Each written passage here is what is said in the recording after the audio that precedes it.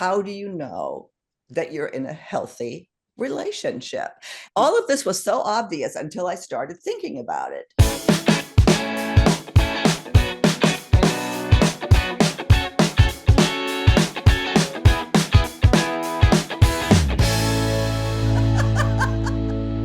Thank you so much for joining us again on Second Act TV. Once again, I want to welcome back Joni Caldwell, Lerner, the host of Wake Up with Joni. Well, and one of our most interesting, fun, and knowledgeable relationship experts. Joni, thanks for being here again. Well, thank you for that. I want you to follow me around and tell me those things. Joni, today I think we have an interesting and I think very important and helpful conversation. And that is, how do you know? How do you know if you're in a healthy relationship? I mean, we do so much focusing on, the red flags, the yellow flags, and this, watch out for this, watch out for that, that we don't often focus on the good stuff. And especially at this time in life when, gray divorce is huge, we question our relationships or we start a new one and we're just question. How do you know that you're in a healthy relationship? And so I want to go through these nine points that might help open our eyes to whether or not we're on the right track. And anything you want to say before we get started? No, I just think it's a great conversation to have. I think that oftentimes we are looking at all the things that are wrong or looking for the red flags. Yeah, it's about focusing on the things that do work. Yeah. So if you're questioning whether or not you're in a good relationship, healthy relationship, and maybe it's not, maybe some of the signs you don't have. So that's what I want to go through today. The first one sounds so obvious, but is it? You enjoy each other and you have fun together. Yes, that would be a good thing. But how many people really don't have that? Yeah. Well, some relationships that I've noticed, I would call it limp along. So they've just gotten used to each other. They've gotten used to their routines. And frankly, some people are just happy that, Joe leaves me alone, Mm-hmm. or Susie leaves me alone to just do whatever I feel like doing. And so they have this comfortable parallel life happening. Yeah. And if that's the agreement, then Mm-hmm. fine. That's, no judgment. Nobody's relationship needs to be a certain way.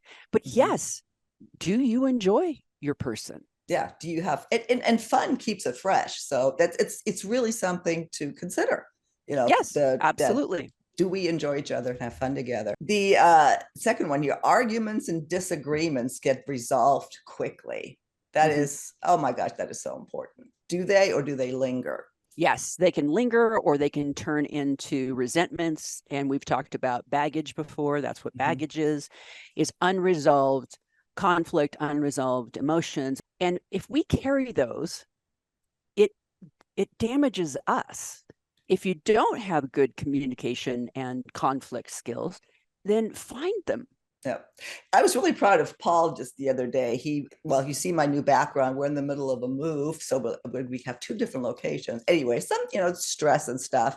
And basically he showed up and he was in such a bad mood. And, it's like, wow, what is going on? And, and I walked off and I was mad. But 5 minutes later, it goes, okay, let's start over again. Hi, how are you?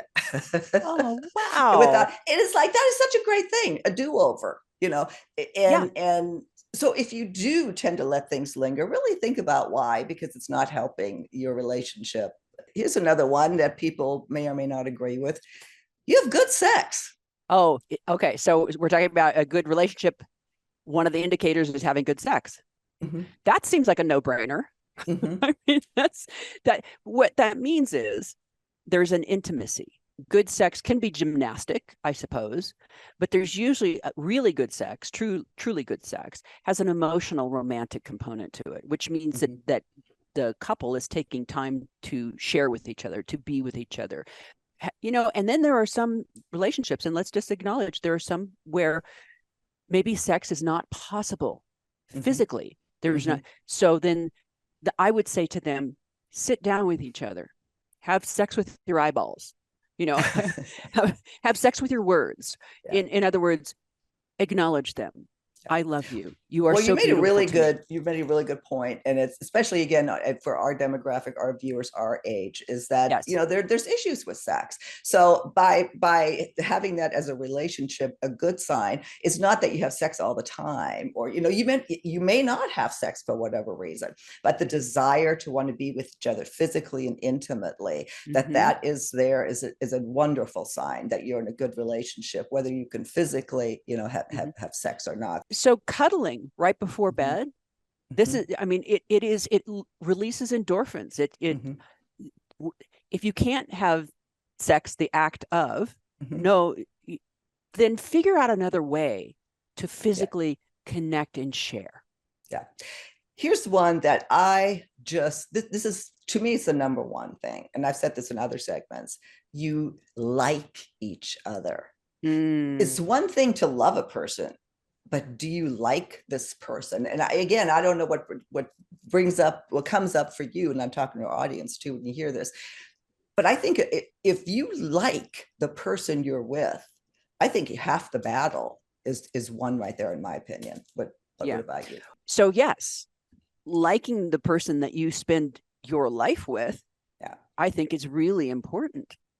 And we are more likely to be of generosity of spirit, have generosity of spirit toward one another if we like the person. Yeah, you are. You're more likely to forgive, forget. It's just, if you like this person, again, that's why I said, to me, it's the most important thing. Absolutely.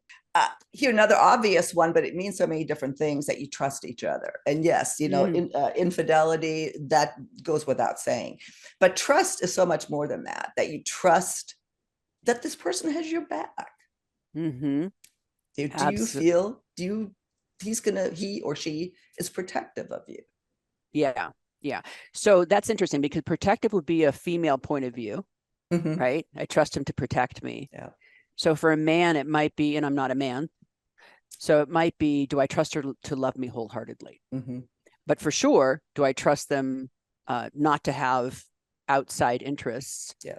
Because that is, and I don't care if it's an emotional affair or a physical affair, it will eventually erode or destroy the relationship you're in. Absolutely. If that's your most important person, then you need to be able to trust that person. Right. So, exactly. But also trust them to have my best interest in heart. Trust them to not try and hurt me verbally or physically. There are so many levels of trust. But then, I'm sorry, I'm going on this one, but it's a big one. But then, do you trust yourself? Do you trust yourself to have good boundaries? Do you trust yourself to communicate well? Do you trust yourself? Because if you do, then your relationship is going to be a whole nother level as well. Great. Yeah, great point. Thanks for adding that. That makes a lot of sense. Here again, obvious, again, you respect each other. Of course. But think about how many, and I see this all the time, the people just really don't respect each other. And if you don't, how can you like a person that you don't respect? Yeah. And there are so many layers to why would people stay in a relationship or seek out relationship where people, so if they don't feel good about themselves, they might find somebody who feels less good about themselves. I've heard, why would I respect a person who likes me? Yes. Because their own self-esteem is, or their own self-opinion is so bad. Right. So respect is a big one. Here again, you support each other, and we're going to talk financially, although in some cases that's very important depending on where you are, but just in your wants, your needs, your desires, that there is certain support and admiration. Yeah. So admiration is tied into respect. So this is a good segue. Yeah. As you said, financially, that didn't even occur to me. Support financially. I support you in your dreams. I support you in, you want to write a book? Absolutely, write a book. Yeah. I support you in having a good, loving relationship with your children. I support you. Number 8 here, you're authentic and honest. I want to say, well, duh. But again, you have to, sometimes you just have to, like when I read this is why I want to do the segment. All of this was so obvious until I started thinking about it. Do we really have this? I think this is super important to focus on these things. So again, you're authentic and honest. what exactly do we mean by that? Okay. So authentic being true to yourself and being who Mm-hmm. you are. There are two Mm-hmm. layers to this. You and I think, in the evolution of our segments, have become more and more authentic. Mm-hmm. We've become more and more authentic with and comfortable with our mission, with our friendship, with just Yeah. being who we Mm-hmm. are. But I want to talk to you about something called masks, because Mm. a lot of Yeah. people wear here's my mask. I'm Mm-hmm. going to be the perfect podcaster. I'm going to be the Yeah. perfect interviewee. I'm going to be a good wife. I'm going to all these masks, and they are not who we are authentically. The roles we play are one Mm-hmm. thing, but they're also not who we are. Mm-hmm. Those are things we do, Yeah. roles we step into. The masks are the things we think we're hiding behind, and I guarantee you, everybody sees right through your mask. So Yeah. What's really important about that point, so thank you for bringing it up, the mask, we bring masks to early on in relationships. And it's so yes, important that we either do, we could, unless we don't, yeah, right? but we tend to, So especially women. I mean that. I think it's yes, especially women because of our generation also. And you can disagree with me, and I'll please put it in the comments.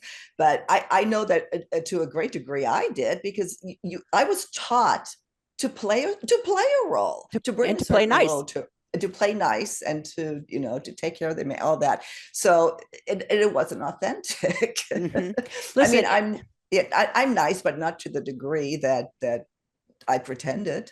yeah, and if we had opinions, we were ball busters, or if we had, Yes. whatever.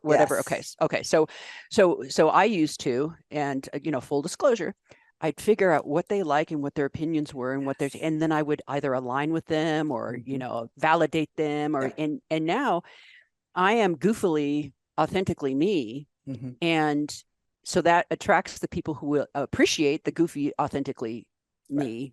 me. Yeah. But that was not. It is, again, an evolution, an Yes. opportunity. Everything's an Mm-hmm. opportunity. Exactly. Great point. Finally, you bring out the best in each other. And this is, again, such an important point that I don't think we focus on enough. Am I my best? How do I feel when I'm around this person? Is he, in my case, bringing out the best in me, or is he squashing me? And believe me, in my marriage, I was squashed, and this is not. I mean, I know the difference. I know what that feels like, and I think Mhm. that's why it hit me so so strongly. Mhm. Talk to me about that. Are we putting ourselves in a position to be squashed? So they're not Yeah. squashing us. So for me, I lost my sparkle. I Mm-hmm. squashed myself in order to be a doctor's wife Yeah. and wear pearls. And you called me Mrs. Lerner. I think I was. So funny. That's a great point, Joni, and thank you for reminding me of that, because I said I was squashed. You're absolutely right. I allowed myself to be squashed, but that's why I left after 25 years. It waited too long, but it was me that allowed it to happen. Yeah, he did not bring out the best in me. So again, Yes, important to focus on that. yes. And so one last thing I wanted to say about that Mm-hmm.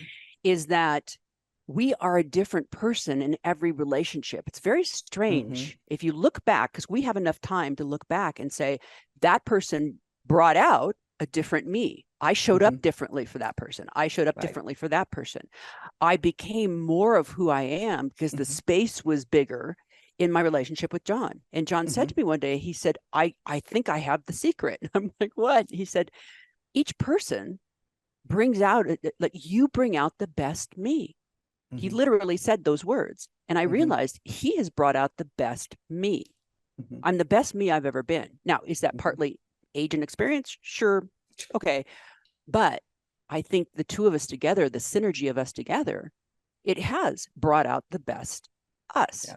Yeah. Well, I think this was a great discussion. Again, how do you know that you're in a healthy relationship? We oftentimes don't think about that. I hope some of it, hit home here for viewers. It really did for me. And sometimes we think we're not, because we get so upset, we get caught up in little things. And then when we focus on here's what's really important, just go, wow, I'm so Wow. lucky to have all this. I'm I'll so let you lucky. close. I love what you just said. I am so grateful, is what you just said. I'm so lucky to have this. Yes, always. So always focus on what you're grateful for, folks. And then the other piece is how you feel will always tell you if you're on track. If you wonder about this relationship and you feel great and you feel yourself and you feel alive, you're on track. If you feel a lack of connection or a lack of energy or a lack of participating in your life, that'll tell you, that feeling will tell you you might not be on track. So just always, always go inside. What's true for me? That's it. Good point. Great point, Joni, as always. And be sure to tune into Wake Up with Joni. She has so many other great topics that might enlighten all of us for different reasons. Joni, thank you. We'll see you next time on Second Act TV. Thank you. And they can find it on Spotify or Apple iTunes or different platforms. It's a podcast, no visual yet. But thank you.